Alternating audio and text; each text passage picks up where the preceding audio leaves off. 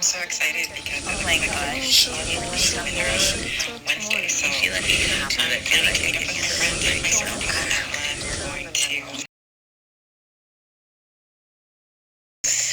Okay, that's cool, Sharon. Yeah, Yes, I feel like today is the day for me to take on.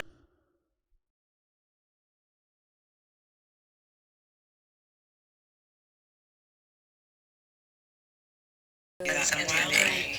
You know, last night I was thinking, packed my car and put all the kids and everything. I had to do something well, that it's I was scared. strong or the right waves or the person I was going with. Yes. Actually, let us come together. All right, I hope to see you in 5. Anyway, hopefully it'll work out. All right, that was my attempt at some free flowers. I hope that is enough. Ressources bien remplis de bagailles. On est capable d'utiliser pour pratiquer, pour enrichir The day and took a nap, which was good, le but matin. Of course I can. I'll do it right now. So I can just do it in WhatsApp like I'm doing right now, and then hear like the sun shining, and just I will do it through get out there and stretch my legs and soak up the sun. Let me know if it works. Walking through that right now, seeing people chatting it up, waving, and just connecting with people as I go throughout the day. I'm so looking forward to this. L'imagination haïtienne, selon l'imagination, my day a little bit. selon l'imagination, Yeah, I just le have fait this du one bien long meetings and I did that take yesterday that off. au It was a concern, day. et I puis think I need some fresh air. communauté It'd be nice to go out and just kind of smell the spring and all that good stuff. côté côté Haïti.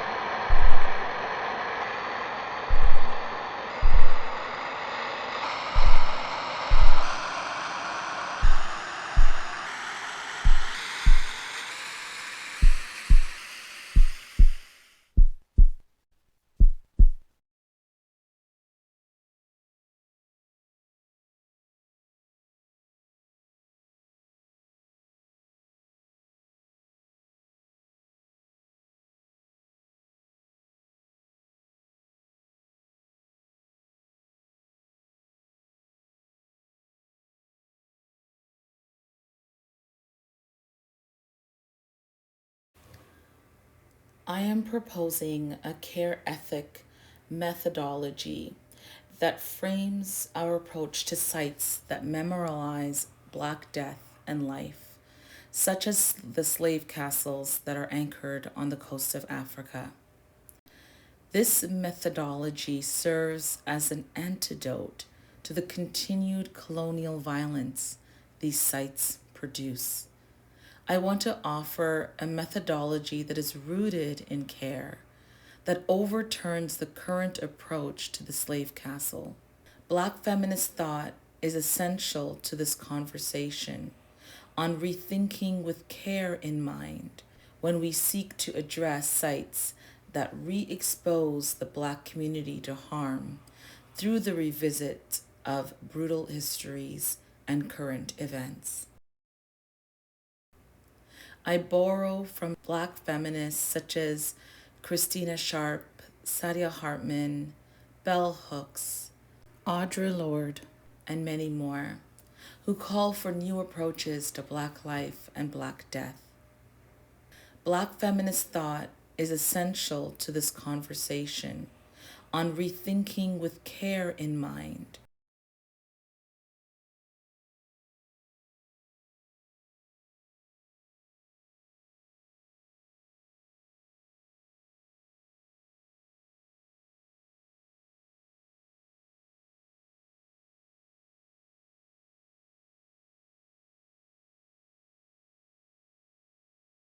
I seek to reframe the slave castle visit. This reframing is supported through the ritual of African indigenous storytelling, where we are asked to locate ourselves in this story. I lean on Malidoma Some's conceptualizing of storytelling in the African indigenous sense. Storytelling boosts self-knowledge, locates the self within the story, connects to ancestral bonds, and serves both the present and future people, spaces, and time.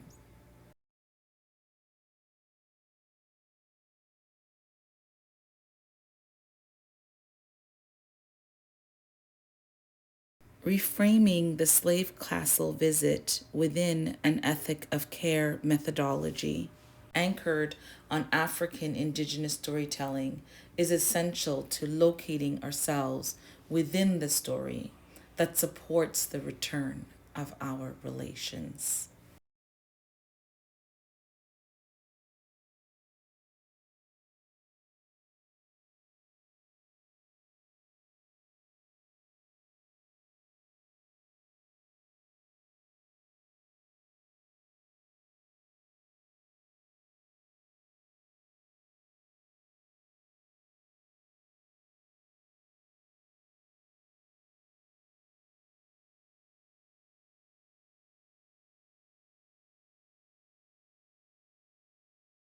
How exactly do we bring our relations home? In many African communities, death, especially of an elderly person, is seen as something to celebrate. The elder has made their way to the spirit world by completing the cycle to this one. When someone dies a taboo death, a death that is premature, under brutal circumstances, or by suicide, there is a process that must happen to ensure that this person's soul enjoys peace in the spirit world. Various traditions include returning the body to its birthplace or bringing the body into remembrance. I would like to suggest that visits to the slave castle be considered part of a mourning ritual rather than a visit to an exhibit. A mourning ritual where death was not permitted its own path, but met with the brutality of an oppressor. Mourning traditions across the continent are varied, but the rituals on the West Coast include dance, singing, chanting, and emotional discourse as part of the ritual and process. There is an emphasis on gathering, on expressing emotions openly, quite opposite to the visits that we have at the slave castle today. There is little opportunity to get close to the emotions that we feel. The guide keeps us away from lingering too long in places or states that may be too much. This is another form of continued colonial violence.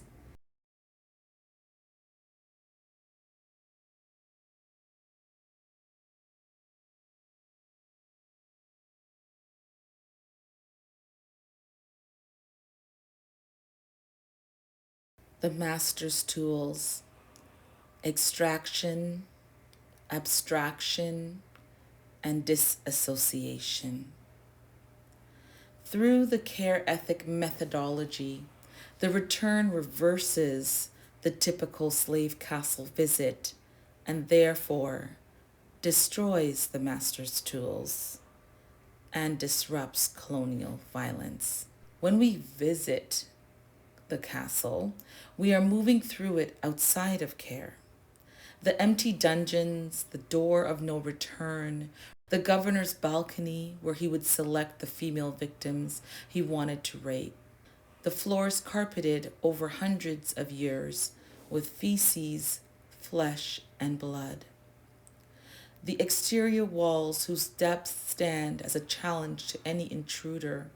The interior walls whose every purpose was to pierce the skin of anyone who stood too close. All of these stand as isolated artifacts, extracted from their place in the story where we can locate ourselves. The purpose of extraction is to create its own form of violence, a violence that becomes more pervasive and less visible with time.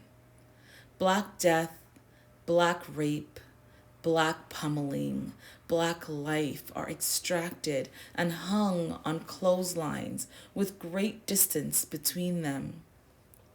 In the abstraction, you are invited to disassociate yourself. As the guide points out the different dungeons, the jagged walls, the door of no return, you are pulled away again and again and again, taken further out of the place by getting close to it. You pass your hands on the walls and feel the thousands of tiny rocks that act as knives on your skin. You feel the slope of the dungeon and try to steady your own steps. You walk to the door of no return and are fascinated by the light streaming through the cracks. You wonder at its authenticity while you look at the thin pieces of wood that the sea must have destroyed decades ago. You come up close to it all, feeling it with your outsides. And that is when you realize how far you are from it all, how much you have stopped feeling and thinking, and how much you have begun to analyze the placement and validity of things, how much you see the lack of objects in space. Somehow you notice that you no longer are thinking about the enslaved, your relations.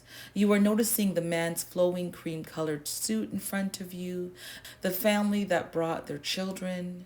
You are far from the castle now. Your location is unknown. Before your body could have a chance to understand where it was, where it is, you are pulled again into another space. The connection between you, the space, the emotions, and the spirit of your relations do not get a chance to commune, to meet each other, to wake. Instead, your location in the castle is lost, your grief scattered, your sense of who you are in the story displaced. This is abstraction, the exile of your body from spirit, and the spirit's exile from the place creates a screen that you cannot move because you cannot touch it. You are told it is an illusion. There is really nothing there. You are visiting an empty space, a museum with no objects. But you know this too is violence, the blatant denial of spirit, the blatant denial of relations. You know this too as violence. The scattering of the relationship between you and your lost people. You know this too as violence. Hapticality and fabulation. The liberator's tools. You feel this need to fill in the spaces that the guides leave behind.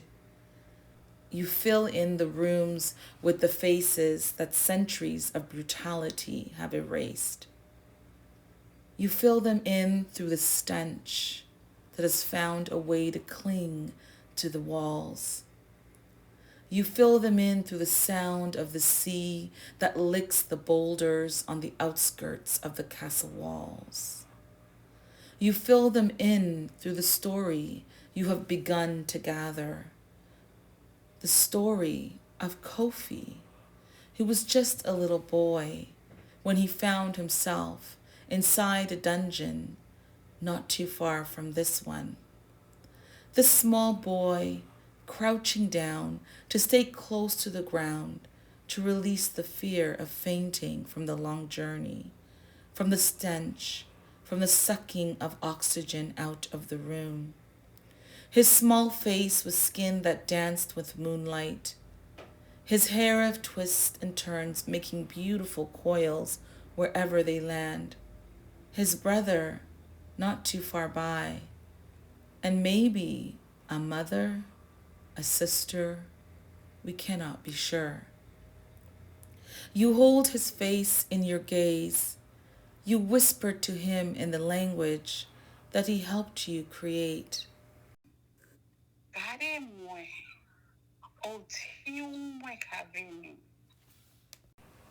You reach for his hand and you whisper again in the language you now share.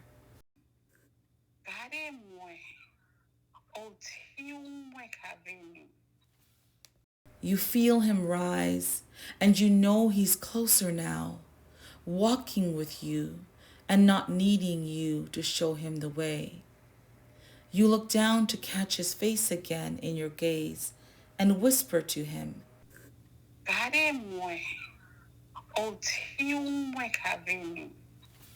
You both head towards the door. The spears of light pierce through.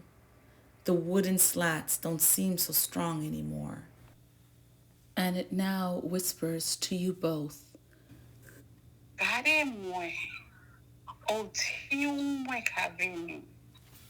You both walking steady push the wooden doors open.